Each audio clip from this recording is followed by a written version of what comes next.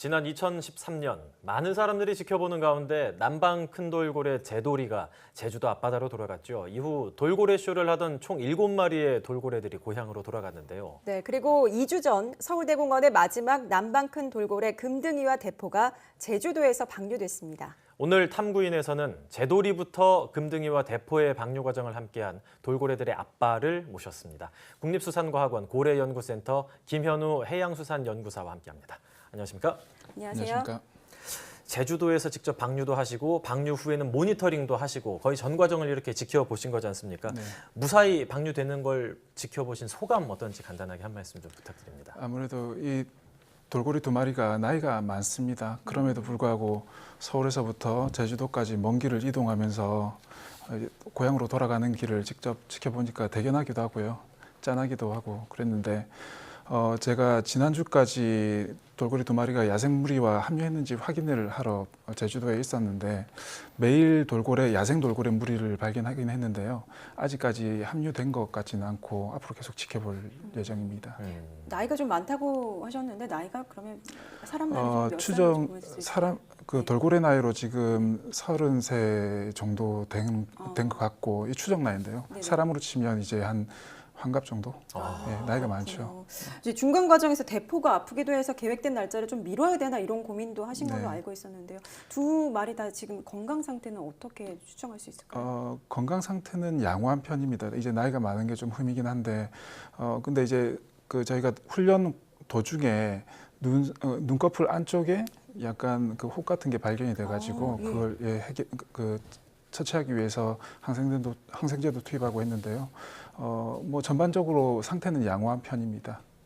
그렇군요. 네, 돌고래들을 이제 방류하기 위해서 제주도까지 데리고 가고 거기에서 이제 적응 훈련을 하잖아요. 네. 근데 이제 제주도까지 가는 과정에서 좀 좁은 데 이렇게 갇혀서 좀 이동을 하지 않습니까? 그 과정에서 스트레스는 그렇게 크지는 않나요? 스트레스가 크죠. 예. 그래서 돌고래 이동하는데 이제 되게 주의 깊게 해야 되고 네. 선박을 이용하는 것보다는 아무래도 단시간 이동할 수 있는 비행기가 훨씬 낫고요. 그래서 이번 이동할 때는 비행기를 이용해서 이동을 했습니다. 돌고래들 총 7마리를 이렇게 제주도 앞바다에 방류를 하는 과정이 쉽지는 않았을 것 같은데 제돌이 때부터 이렇게 방류하는 거를 강력히 주장을 하셨다고 들었는데 특별한 이유가 있을까요? 일단 지금 우리나라에 돌고래가 이렇게 많이 있지는 않습니다. 뭐 서해 상갱이, 뭐 동해 참돌고래, 그리고 동해 낫돌고래 이렇게 3만 4천 마리 정도가 있는데 이 중에 1,000마리 정도가 매년 그물에 걸려서 죽고 있습니다. 3, 4천 마리밖에 없는데 1,000마리가 그물에 걸려 죽는다고요? 3만 마리, 3만 4천 마리 정도가 있는데 죄송합니다. 3만 4천 마리 정도가 있는데 1,000마리 정도가 이제 그물에 걸려서 죽고 있거든요. 제주도 남방 큰 돌고래도 똑같은 현실에 지금 놓여 있어요. 지금 개체 수가 약 110마리 정도밖에 없다고 추정이 되고 있는데 네. 이 중에 상당수가 그물에 걸려서 죽거나 아니면 생포돼서 수족관으로 이제 이동해서 사육이 되고 있었던 거죠. 그래서 그런 거를 알고 있는데 과학자로서 가만히 있을 수 없잖아요. 그래서 이런 부분을 적극적으로 알리고 방류를 했을 때 이 개체들이 살 수 있는가 문헌 연구를 해봤습니다. 그랬더니 가능할 거라는 확신이 서서 그 이후로 계속 방류를 주장하게 됐습니다. 현재 고래연구센터에서 국내 돌고래 관련 연구를 하시고 방류에 대해서 주장을 하셔서 실제로 방류까지 이어지면서 굉장히 좀 남다른 감회와 소회를 갖고 계실 것 같은데요. 방류 과정에는 어떤 식으로 도움을 주셨고 함께 하셨는지도 궁금한데요. 아무래도 방류에 중요한 게 방류를 했을 때 잘 살 수 있는지 확인하는 거잖아요. 네. 그래서 그것에 대한 이제 증거를 저희가 제시해줘야 되는데 예전에 이렇게 이 남방 큰 돌고래는 제주도에서 남방 큰 돌고래라고 알려져 있지 않고 그냥 일반 큰 돌고래라고 알려져 있었어요. 그래서 저희가 이제 연구를 해보니까 이거는 기존의 큰 돌고래하고 완전히 다른 남방 큰 돌고래임을 확인할 수가 있었고 그래서 제주도 분들도 이 남방 큰 돌고래가 제주도에만 서식하고 있는 특별한 종이구나. 그리고 개체 수가 110마리밖에 남아있지 않구나라는 걸 재차 확인을 하게 됐었죠. 그래서 이제 그런 방류를 할 수 있는 과학적 근거를 저희가 제공했고 그 이후에는 방류를 해서 잘 살아남을 수 있는 훈련할 수 있는 방법, 어떻게 훈련을 해야지 방류 이후에 잘 살 수 있는지 그런 훈련할 수 있는 방법 같은 걸 저희가 제시를 하고 했습니다.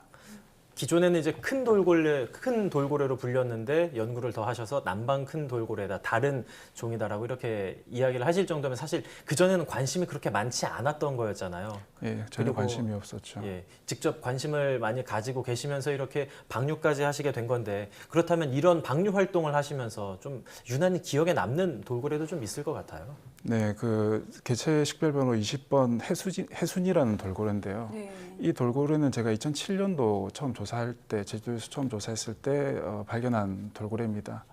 근데 이 돌고래가 2010년 봄부터 안 보이기 시작하는 거예요. 제주도 야생에서. 네. 근데 우연한 기회에 그 수족관에, 제주도에 있는 어느 수족관에 갔는데 그 안에서 해순이가 이렇게 20번 이렇게 쇼를 하고 있는 걸 봤어요. 그럼 잡힌 거겠군요. 그렇죠. 이제 네. 잡혔는데 이걸 바로 방류하지 않고 이제 수족관으로 이동된 거죠. 근데 해순이가 제가 이렇게 기억을 잘 하는 이유가 등 지느러미 형태가 되게 독특했어요. 네. 눈에 쉽게 딱 띄기 때문에 제가 조사 갈 때마다 이 해순이를 항상 만났던 거죠.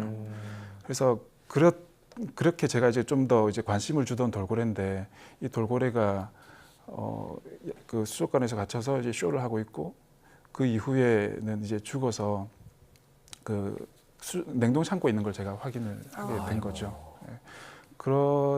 그래서 참 제가 이제 돌고래한테는, 제가 연구하고 있는 돌고래한테는 이렇게 객관적 시선을 유지하기 위해서 정을 좀 안 주려고 하는 편이거든요. 네. 근데 그 모습을 봤을 때, 죽은 모습을 봤을 땐 참 마음이 아프더라고요. 지금까지 이제 방류된 돌고래가 모두 7마리인 걸로 알고 있는데요. 7마리 모두 돌고래들 지금 다들 잘 적응을 하고 있나요? 예, 대부분 다 적응을 잘 하고 있습니다. 저희가 제도리부터 지금 대포 금등이까지 총 7마리를 방류했는데, 과거에 방류했던 개체들은 야생 개체들보다 더 덩치가 좋아요. 예, 지금 사람으로 치면 한 30대 정도 되는 한창일 때의 나이이기 때문에 다른 개체들보다 훨씬 더 체격이 좋고, 그럴 때마다 좀 깜짝깜짝 놀랍니다. 저는 바다에서 볼 때마다. 근데 지금 문제는 이번에 방류한 대포금등이는 아직까지 발견이 되지 않고 있어서 저희가 계속 모니터링을 할 예정입니다. 어느 정도 좀 예상을 해볼 수 있을까요? 그 기존에 7마리 방류했기 때문에 이번에 이제 방류하면서도 어느 정도 데이터가 있을 것 같은데요. 아무래도 나이가 좀 네. 걸림돌이에요. 저희가 방류를 할 당시에는 이제 건강 상태가 괜찮긴 했지만 아무래도 활력이 좀 떨어져 있었거든요. 다른 그 젊은 돌고래들보다는 움직임이 좀 덜합니다. 그래서 그런 부분이 조금 신경이 쓰이고 있어요. 그래서 가급적 빠른 시일 안에 야생물이 합류하는 걸 저희가 확인을 해야지 마음이 좀 편할 것 같습니다. 이제 돌고래들은 집단 생활을 한다라고 흔히 얘기를 하잖아요. 근데 이제 야생 적응 훈련을 하고 방사를 해도 그 집단에서 받아주지 않으면 말짱 이제 꽝이잖아요. 네. 이런 거에 대한 훈련도 어느 정도 돼 있나요? 그래서 이 돌고래 방류 전에 사유화 훈련을 좀 시켜야 되는데요. 네. 그래서 돌고래 독립적으로 한 마리만 훈련을 시키지 않습니다. 항상 이제 짝을 이루어서 2마리 이상 짝을 이루어서 같이 훈련을 시키거든요. 그래서 이번에도 뭐 그 대포 혼자, 금등이 혼자 이렇게 훈련시킨 게 아니고 2마리 같이 훈련시키게 된 거죠. 요즘은 이제 동물 복지에 대한 관심도 높아지고 돌고래 프리 뭐 동물원 이런 곳들도 많이 생긴다라고 알고 있거든요. 앞으로 돌고래 복지 또 동물 복지를 위해서 필요한 것들, 어떤 것들이 더 추가적으로 요구돼야 할까요?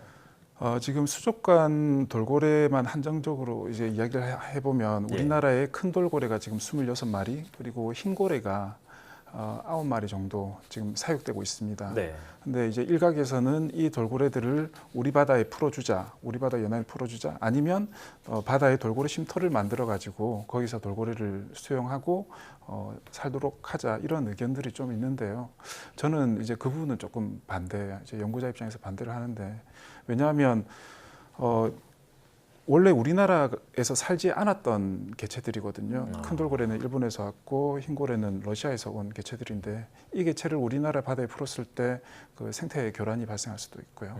그리고 수년간 그 수족관에서 사육됐던 개체들을 바다에서 쉼터를 만들어 가지고 사육하게 되면 그게 또 그 잘 적응을 못할 수도 있고, 자칫 그물이 찢어져서 야생으로 돌아가게 되면 그것도 큰 문제거든요. 그래서 그것보다는 아무래도 수족관 환경을 좀 개선하고, 그리고 좀 이제 행동 풍부화 프로그램을 만들어 가지고 돌고래들이 그나마 좀 물론 환경이 좋진 않지만, 수족관 환경이 좋진 않지만 그나마 좀 편하게 살 수 있는 환경을 만들어주는 게 더 좋을 것 같습니다. 예. 자, 마지막으로 돌고래 박사로서 궁극적으로 목표가 있다면 어떤 게 있는지 말씀 부탁드릴게요. 지금 우리나라에 돌고래가 뭐 말씀드렸다시피 돌고래만 34,000마리 이상 있는데 이제 많은 대중들이 그걸 잘 모릅니다. 우리나라에 얼마나 많은 고래들이 있는지 잘 모르는 상태인데요. 과거에는 우리 바다에 뭐 귀신고래라든지 긴수염고래, 참고래, 큰 고래들이 많았었습니다. 그런데 이런 큰 고래들이 과거에 다 남획으로 인해서 많이 개체수가 급감을 해서 지금 거의 찾아볼 수가 없죠. 이런 부분이 저는 정말 아쉬운데요. 네. 개인적인 바람이 있다면 이런 이제 과거에 많았던 대형 고래들까지도 다시 우리 바다에 돌아오고 그리고 현재 우리 바다에 있는 소형 돌고래들이 얼마나 많은지 그런 것들을 대중들한테 잘 알릴 수 있는 역할을 하고 싶고 그래서 이제 보통 우리가 생각할 때 고래라고 하면 막연하게 그냥 막연한 동물이거든요. 근데 거기서 좀 더 나아가서 바로 진짜 우리가 마음만 먹으면 직접 관찰할 수 있고 바로 우리 옆에 있는 그런 동물로 좀 인식하게끔 만들고 싶습니다. 예, 알겠습니다. 자, 제도리부터 금등이 대포의 방류 과정을 모두 함께한 국립수산과학원 고래연구센터 김현우 박사와 함께 이야기 나눠봤습니다. 오늘 감사합니다.